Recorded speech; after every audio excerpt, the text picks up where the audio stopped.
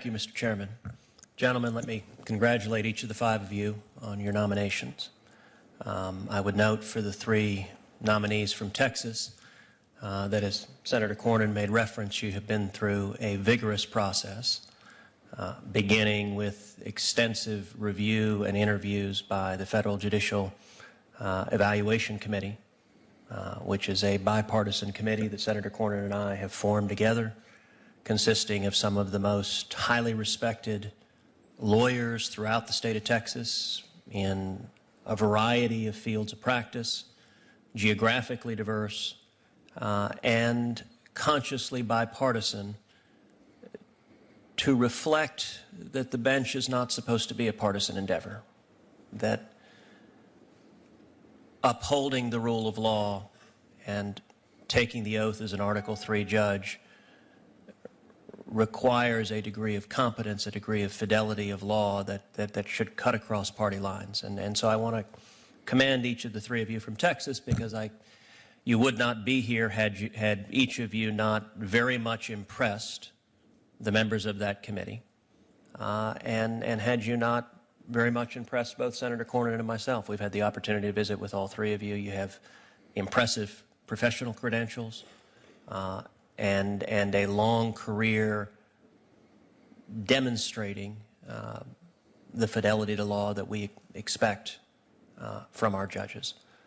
It is obviously a unique and critically important responsibility that we entrust upholding the law to a relatively small number of men and women who take an oath to do so. What I'd like to ask each of the 5 of you is a couple of questions. The first of all, simply, how would you describe your judicial philosophy? Thank you, Senator. I would describe my judicial philosophy as always being open-minded, fair, patient, always listening until the end, always making sure that I'm not guessing what's going to come next. I wait with an open mind, and I exercise my judgment fairly and even-handedly.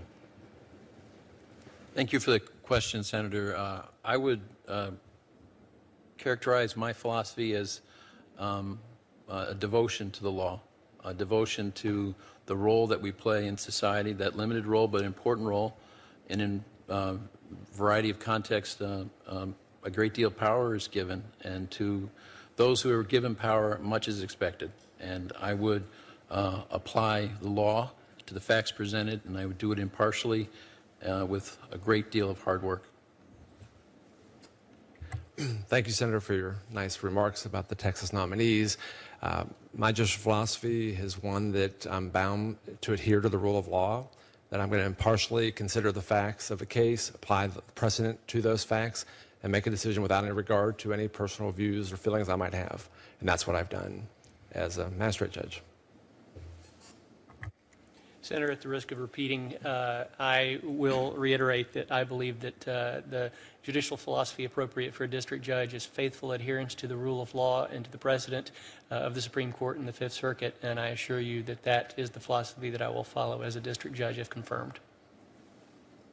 Thank you for the question, Senator. I think that the role of the judge is to fairly and impartially decide cases with the impartial application of the rule of law. As I said before, I think that the role of the judge is limited. It's important, but limited.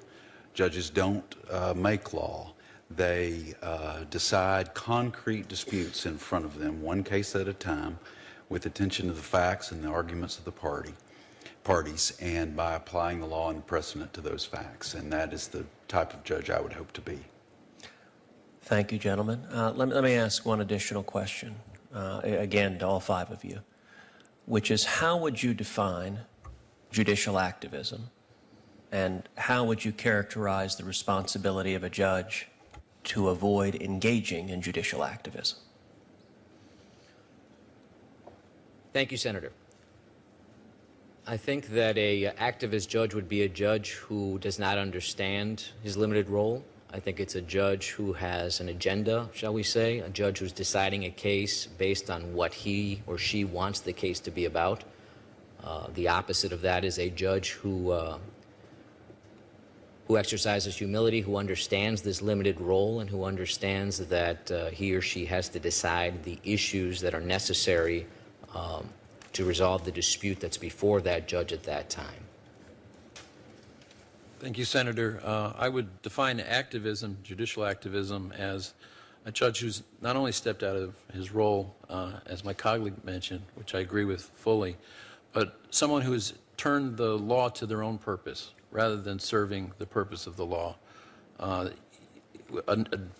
very smart person can achieve any result if they're willing to give up their service to the law. And I think that's what activism is. You should serve the law, not vice versa. Thank you, Senator. I don't disagree with anything that my fellow nominees said, but I would just add that the simplest way is a judge who makes decisions based on what they feel should be the result is judicial activism.